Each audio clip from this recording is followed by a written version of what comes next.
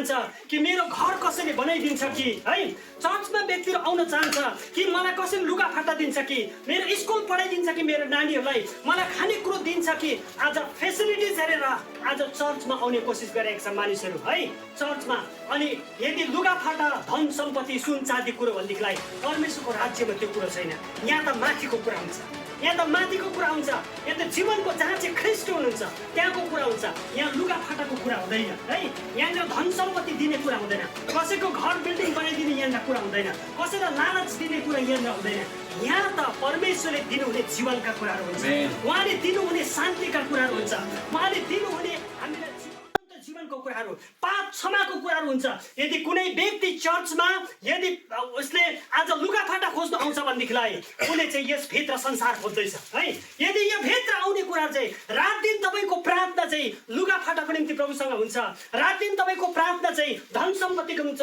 तपाईँको बिल्डिङ बनाउने कुरामा हुन्छ भनेदेखिलाई चाहिँ नि परमेश्वरसँग शैतानको कुराहरू तपाईँले माग्दै हुनुहुन्छ है परमेश्वरसँग अनि परमेश्वरसँग त्यो कुरो उहाँ छैन त्यो कुरो कम्ती उहाँ पृथ्वीमा आउनु भएको होइन अस्ति मैले एउटा प्रश्न तपाईँलाई गर्दै थिएँ येशू मसीह के यस पृथ्वीमा हामीलाई घर बनाइदिनु भनेर आउनु भएको छ है के पृथ्वीमा येशू मसीह तपाईँलाई पेटभरि खुवाउन भनेर उहाँ आउनु भएको छ होइन के पृथ्वी येशू मसीह यस पृथ्वीमा हाम्रो लुगाफाटा हामीलाई किनिदिनु कम्ती भनेर आउनु भएको छ है के चर्चको पास्टरले के तपाईँलाई म नोकरी दिन सक्छु है के म नोकरीको एउटा कम्पनीको म मालिक हो है एउटा कम्पनीको मालिक म नोकरी दिन सक्छु के म तपाईँलाई पैसा दिन सक्छु के म तपाईँलाई लुगाफाटा दिन सक्छु यो तमाम कुरो चर्चमा आशा गर्नुहुन्न प्रियहरू हो यो तमाम कुरो चर्चमा आशा गर्नुहुन्न चर्चले यो कुराहरू प्रदान गर्दैन चर्चले यो कुरा प्रदान एउटा क्रिस्चियनले सही कुरा बुझ्नु जरुरी छ एउटा जो व्यक्ति यदि चर्चमा कुनै भौतिक कुराहरूको लालचमा प्रवेश गर्छ भनेदेखिलाई परमेश्वरले उसलाई त्यसको लेखा लिनुहुनेछ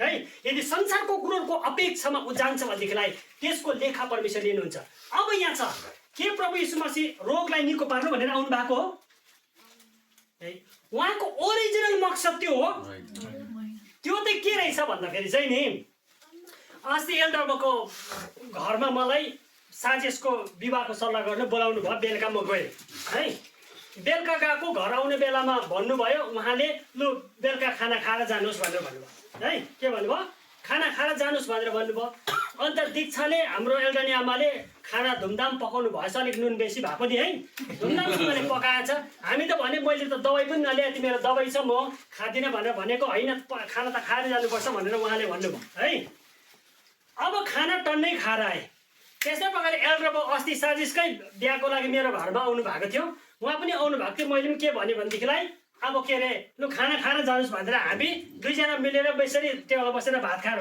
उहाँ भात खान आउनु भएको थियो म उहाँको घरमा भात खान गएको थिएँ उहाँको घरमा बिहाको साजिसको बिहाको लागि सल्लाह गर्नु गएको हो कि म भात खान गएको सल्लाह गर्नु गएको उहाँ मेरो घरमा साजिसको बिहाको लागि सल्लाह गर्नु आउनु भएको हो कि भात खान आउनु भएको सल्लाह गर्नु तर भात पाएन भात पाएन म जाँदा फेरि सल्लाह गर्नु गएको भात पाएन पाइयो नि त तर असली मकसद चाहिँ भात खानु थियो मेरो उहाँको असली मकसद भात दिनु थियो थिएन येशू मसीह पनि यस पृथ्वीमा तपाईलाई चङ्गाइ दिनु पर्यो भनेर आएको होइन आउनु भएको होइन उहाँ ओरिजिनली मानिसलाई पापदेखि उद्धार गर्नको निम्ति है पापदेखि छुटकारा गरेर अनन्त जीवन दिनको निम्ति उहाँ आउनुभयो अब बाँकी रह्यो चङ्गाइको कुराहरू बाँकी रह्यो तपाईँको घरद्वारको कुराहरू यो चाहिँ तपाईँको बोनस हो है प्रभुको घरमा आएपछि रित्तै हात नफर्केको मात्रै हो पाइहाल्छ त्यो कुरा बुझ्नुभयो तर तपाईँ जानु चाहिँ भयो तर मैले उहाँको घरमा गएर भात किन नदिनु भयो भन्नु सक्छु मैले भन्नु सर मैले साजिसको घरमा आएर तपाईँले भात चाहिँ किन दिनु भने आज मैले भन्नु सक्छु यहाँ सक्छु उहाँले के अरे उहाँलाई मैले कदाचित पनि मैले अधिकारको साथमा भात माग्नु सक्छु किनकि मलाई भात खानु बोलाउनु भएको होइन मैले भन्नै सक्दिनँ उहाँलाई मैले तर उहाँ यस्तो व्यक्ति हो कि उहाँ यस्तो व्यक्ति हुनुहुन्छ कि उहाँको घरमा आउने व्यक्तिलाई रित्तो हात फर्काउनुहुन्न येशू ख्रिस्टमा तपाईँको पहिलो खोजाइ चाहिँ मुक्ति उद्धार हो है मुक्ति उद्धार हो जब उद्धार चित्तले आफ्नो जीवन प्रभुमा समर्पण गरेर उद्धार मुक्तिको लागि मात्रै उहाँसँग लेनदेन राख्नुहुन्छ भनेदेखिलाई नि तपाईँको जीवनलाई रित्तो र खाली उहाँले कहिले पठाउनुहुन्न उहाँले खिलाएर उहाँले पिलाएर उहाँले चङ्गाइ गरेर तपाईँले पठाउनुहुन्छ। तर गएर चङ्गाइ दिएकै हुनुपर्छ भने पाउँछ? पाउँछ? लुगाफाटा दिएकै हुनुपर्छ भने पाउँछ? पाउँदैन। यो कुरो उहाँको मर्जीको कुरा हो। त्यो भात दिनु नदिनु उहाँको मर्जीको कुरा थियो, मैले अधिकार गर्न सक्दिनँ। आज ओरिजिनल मुद्दादेखि क्रिस्चियनहरू हटिएको छ है, क्रिस्चियनहरू हटिएको छ। आज चर्चमा आएर भातको निम्ति आज प्रभुसँग रोइरहेको छ। चर्चमा आएर लुगाफाटाको निम्ति प्रभुले सोध्छ के तैँले मुक्ति पाएको छस् के त, पाप क्षमा पाएको छस् के त ओरिजिनल। त्यसको कुरा अर्कोतिर राखेर आज प्रभुसँग त्यो कुरोको लेनदेनमा राखेको छ। ठिक हिसाबले प्रभुसँग तपाईँले डिल गर्नुहोस्, तपाईँको जिन्दगी अर्कै बनेर जान्छ। त्यसै कारण प्रभुको वचनले के भन्छ? प्रकाशित वाक्य 2:10 संसारमा हुँदा तिमीलाई के हुन्छ? 10 दिन कष्ट हुन्छ। किन चाहिँ कष्ट हुन्छ भन्नुभयो? अब कुरा भन्नु, यदि परमेश्वरको भातिकलाई अब मेरो छोरालाई मेरो कसको घरमा चाहिँ मेरो छोराहरू सेफ छन्? मेरो घरमा है, छिमेकी घरमा पठायो भने एकैछिन मैले गोदाइ खान्छ, हो कि होइन? छिमेकी घरमा यसले एकैछिनमा गोदाइ खान्छ, हो कि होइन? मेरो घरमा सबैभन्दा मेरो 2जना नानीहरू कसको घरमा सुरक्षित छ? मेरो घरमा सुरक्षित छ, किनकि म बाउ हो, म आमा हो है। उसको खानु उसले चाहेको म दिन्छु, लाउनु चाहेको म, बिमारीमा उसको म देखभाल गर्छु, उसलाई म स्कुल पढाउँछु, सबै कुरो। तर एकछिन पनि तपाईँले छिमेकीमा 1 हप्ता राख्यो भने मान्छ? सेफ छैन, त्यहाँनिर सुरक्षित छैन है। आफ्नो घरमा एउटा छोरी कसको घरमा सुरक्षित हुन्छ? आफ्नो बाउआमाको घरमा होइन। जब ऊ जान्छ ऊ सुरक्षित हुन्छ? कसै घरमा पनि सुरक्षित हुने छोरी मान्छे कहीँ पनि सुरक्षित छैन। केवल आफ्नो बाउ आफ्नो आमासँग सुरक्षित छ, त्यहाँदेखि उता गएपछि सुरक्षित छैन। बुझ्नुभयो? यहाँनिर भन्नुभयो संसारमा हुँदा तिमीलाई 10 दिन कष्ट हुन्छ। कसलाई भन्नुभएको? कसलाई भन्नुभएको? क्रिस्चियनलाई कि कसलाई? क्रिस्चियनलाई प्रभुले भन्दै हुनुहुन्छ संसारमा हुँदा तिमीलाई 10 दिन कष्ट हुन्छ। अरे यो पृथ्वी यदि पिताको मेरो परमेश्वरको हो भनेदेखि मलाई किन कष्ट? मलाई किन कष्ट? त्यसो भनेदेखिलाई त मलाई कष्ट नहुनु पर्ने त। म राजकुमारको छोरा हो, म राजाको छोरा, राजकुमारलाई के को कष्ट? म जे मन परे त्यही खान्छु नि, म जे लाउनु पऱ्यो त्यही भन्छु, म जस्तो काम भन्नु पऱ्यो, जसलाई म लानु पऱ्यो त्यसलाई लान्छु नि। म मेरो खुसी म राजकुमार भइसि दादाखेरि कस्तो? यदि जो प्रचारकहरूले आज हामी त राजाहरूको राजा, हामीको छोराछोरी, हामी राजकुमार, हामी त धनी हुनुपर्छ, हामी त प्रशस्त हुनुपर्छ, हामी त अधिकार गर्नुपर्छ भनेर भन्छ भनेदेखिलाई यीशुले भनेको वचनको डेफिनेसन दिउँ त, संसारमा हुँदा तिमीलाई के हुन्छ? 10 दिन कष्ट हुन्छ। संसारमा हुँदा तिमी सतावटमा पर्नेछौ भनेको छ प्रभुले भन्नुहुन्छ। यदि उहाँलाई विश्वास गरिने हामी सतावटमा परिन्छ भनेर भनेको छ, खेदमा परिन्छ भनेको छ, संसारसँगको शत्रुता हो भनेको छ। लु याकुबको वचन तपाईँले पढ्नुहोस्। तपाईँले याकुबको पत्र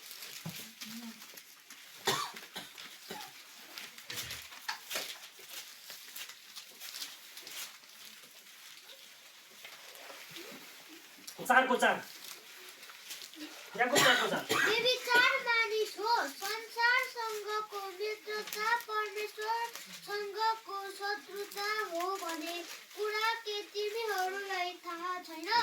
यहाँ के भन्दैछ? संसारसँगको मित्रता चाहिँ परमेश्वरसँगको शत्रुता हो भनेर ए व्यभिचारी हो तिमीलाई थाहा छैन भनेर प्रभुको वचनले भन्दछ है।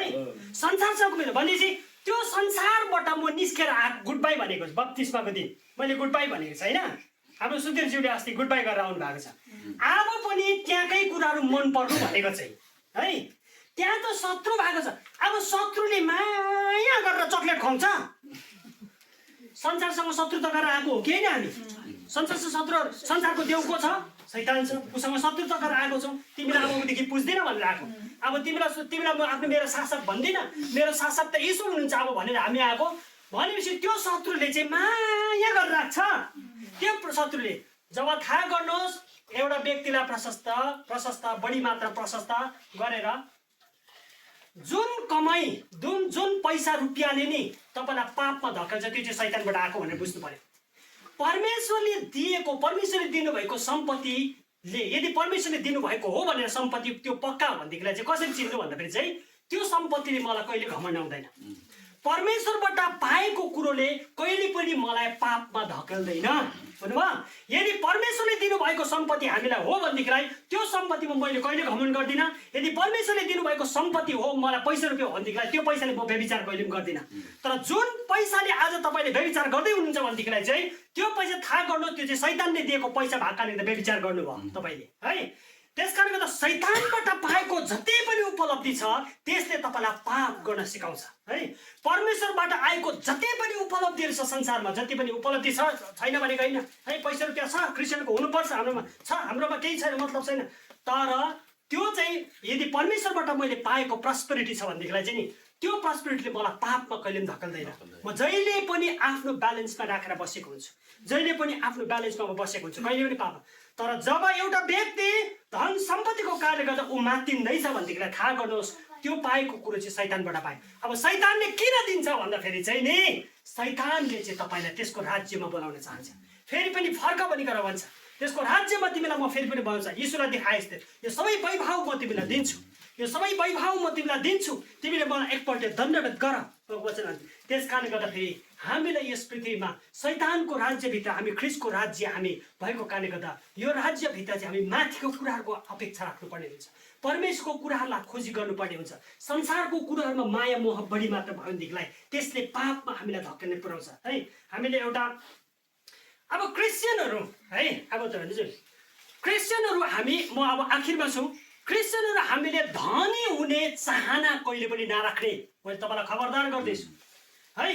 जो व्यक्तिले धनी हुने इच्छा गर्छ त्यो व्यक्तिले अब पाप गर्न सुरु गर्नेछ है।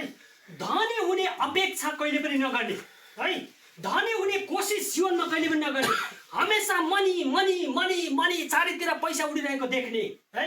यो तपाईँले थाहा गर्नुहोस् बढी मात्रामा तपाईँलाई पैसाको ध्यान हुँदैछ भनेदेखिलाई शैतानपट्टि तपाईँ दण्डवत गर्नु तपाईँ लाग्दै हुँदैछ। शैतानले प्रभुको लोकलाई पैसाको माया लोभ कहिले पनि हुँदैन। जब परमेश्वरको आत्माले छुन्छ नि परमेश्वरको त्यो माया मोह पैसामा कहिले पनि हुँदैन, कहिले पैसाको मोह उसलाई हुँदैन, धनको मोह उसलाई कहिले हुँदैन। यदि धन सम्पत्तिको बढी मोह लाग्छ भनेदेखि थाहा गर्नुहोस् शैतानले तपाईँलाई वैभवतिर लाँदैछ, संसारिक वैभवपूर्ण जीवनमा तपाईँलाई धकेल्दैछ। तपाईँले याद गर्नुपर्ने हुनेछ। अब क्रिस्चियनको आर्थिक अवस्था के हो बाइबलले भनेको अनुसारमा तपाईँलाई बताइदिँदैछु है। क्रिस्चियन के हो कि हामी धनी हुनुपर्ने राजाको छोराछोरी कि त क्रिस्चियन हामी गरिब हुने? न त हामी क्रिस्चियन गरिब न त हामी धनी है। यहाँ तपाईँले यहाँ वचनमा हितोपदेश 30 को 8 पदमा हामी हेरौँ। हितोपदेश 30 को 8 पदमा क्रिस्चियनको फाइनेन्सियल उसको स्थिति हामी कस्तो हुनुपर्छ? असत्यता र झुटा कुरा मबाट टाढै राख्नुहोस्। न त मलाई दरिद्रता न धन सम्पत्ति दिनुहोस्, तर मलाई केवल दिन दिनको रोटी दिनुहोस्। क्रिस्चियनको ओरिजिनल हाम्रो जीवन बाइबलको वचनले सेट गरिदिएको छ, परमेश्वरले सेट गरिदिएको छ। सोलोमनले यहाँनिर के भन्दछ भनेदेखिलाई सोलोमनको वचनले भन्दछ असत्यता र झुटा कुरा मबाट टाढै राख्नुहोस्, न त मलाई दरिद्र बनाउनुहोस् है, न त म दरिद्र हुँ, न धन सम्पत्ति दिनुहोस्। धन सम्पत्ति नदिनु भनेको रहेछ है, न त दरिद्र बनाउनु न त धनाढ्य मलाई बनाउनु, तर दिन दिनको रोटी चाहिँ मलाई दिनु। त्यस पछाडि क्रिस्चियनले तर अन्य मसँग धेरै भएकोले म यहाँ तल भन्दछ ठिकै भनौँ, अन्यथा मसँग धेरै भएकोले म तपाईँलाई इन्कार गरौँ न। सोलोमनले भन्दछ मसँग धेरै भयो भनेदेखि के गर्ला मैले इन्कार गरौँ न तपाईँलाई है। म गरिब भए परमप्रभुको को हो र मैले भन्नुलाई परमेश्वर को हो र है। पैसा आएपछि के हुन्छ तागत हुन्छ नि, फल्ना चाहिँ के हो र है, म फल्ना चाहिँ के हो र भन्ने हुन्छ नि, पैसाको गुरु अर्कै हुन्छ मान्छेलाई। तब मैले भने पैसा रुपियाँ धेरै भयो भनेदेखिलाई तपाईँ को हो र भन्ने हामीले भन्छौँ अरे। त्यसपछि चाहिँ अथवा म गरिब भएकोले चोरी गरौँला र परमप्रभु मेरा परमेश्वरको नाउँ अपमानित पारौँला है। जब म गरिब भए पनि मैले चोर्नुपट्टि लागेँ भनेदेखिलाई पनि यो पनि नहोस् भनेर भनेको छ। त्यस कारणले गर्दा मण्डलीका व्यक्तिहरू जहिले पनि प्रभुसँग माग्दाखेरि दिनको रोटी दिनभरिको रोटी आज मलाई दिनुहोस्। यीशुले भन्नुभयो हे हाम्रा स्वर्गवासी पिता तपाईँको नाउँ पवित्र गरियोस्, तपाईँको राज्य होस्, तपाईँको इच्छा स्वर्गमा जस्तै यस पृथ्वीमा है। आज हामीलाई मेरो दिनभरिको रोटी मलाई दिनुहोस् है, मेरो दिनभरिको रोटी। यहाँ सोलोमनले पनि भन्दछ प्रभुसँग हाम्रो मागाइ चाहिँ दिन दिनको रोटी, प्रभु मलाई बिल्डिङ दिनुहोस्, गाडी दिनुहोस्। अब एउटा भन्नुभन्दा चाहिँ मेहनत र परिश्रम नगर्नु चाहिँ भनेको होइन है। मेहनत र परिश्रम नगर्नु भने क्रिस्चियनको चाहिँ मेहनत र परिश्रम चाहिँ हामीले गरि नै रहनु पर्यो है। आज कामै नगरी घर बस्नु भनेको होइन मैले है। मेहनत परिश्रम गर्नु पर्यो, जति समय पाउँछ उसले परिश्रम गर्नु पर्यो, जति टाइम उसको बल तागत छ उसले परिश्रम गर्नु पर्यो, तर धनी हुने आकाङ्क्षाले होइन है। धनी हुने चाहना राखेर मेहनत परिश्रम क्रिस्चियनले कहिले पनि नगर्नु है, कहिले पनि नगर्नु। तर त्यो व्यक्तिले प्रत्येक साँझ प्रत्येक बेलुका डिभोसनलाई एउटा क्रिस्चियन परिवारले प्रभु छ भन्नु, न त मलाई दरिद्र बनाउनुहोस्, न त मलाई धनी बनाउनुहोस्, मलाई दिनको रोटी प्रभु तपाईँले बनाइदिनुहोस्। तर हामी चाहिँ पाखुरी हुने जरुरत छ। हामीले मेहनत चाहिँ गर्नु छोड्नु हुँदैन, हामीले परिश्रम चाहिँ गर्नु छोड्नु। जब यसरी हामीले आफ्नो जीवनलाई ब्यालेन्स बनाएर राख्छौँ नि, हामीलाई कहिले पनि भोको नाङ्गो हामी हुन पर्दैन। हामी कहिले पनि भोको नाङ्गो शर्मिन्दा हामी कहिले पनि हुनु हुँदैन। भोलिको दिनको फिक्रीले हामीलाई कहिले पनि सताउँदैन। आज हामीलाई भोलिको दिनको फिक्री किन बढी मात्रा लाग्छ भन्दाखेरि चाहिँ बढी मात्रामा पैसा रुपियाँमा हाम्रो भरोसा भएको कारणले गर्दाखेरि भोलिको दिनको चिन्ताले हामीलाई सताउँछ।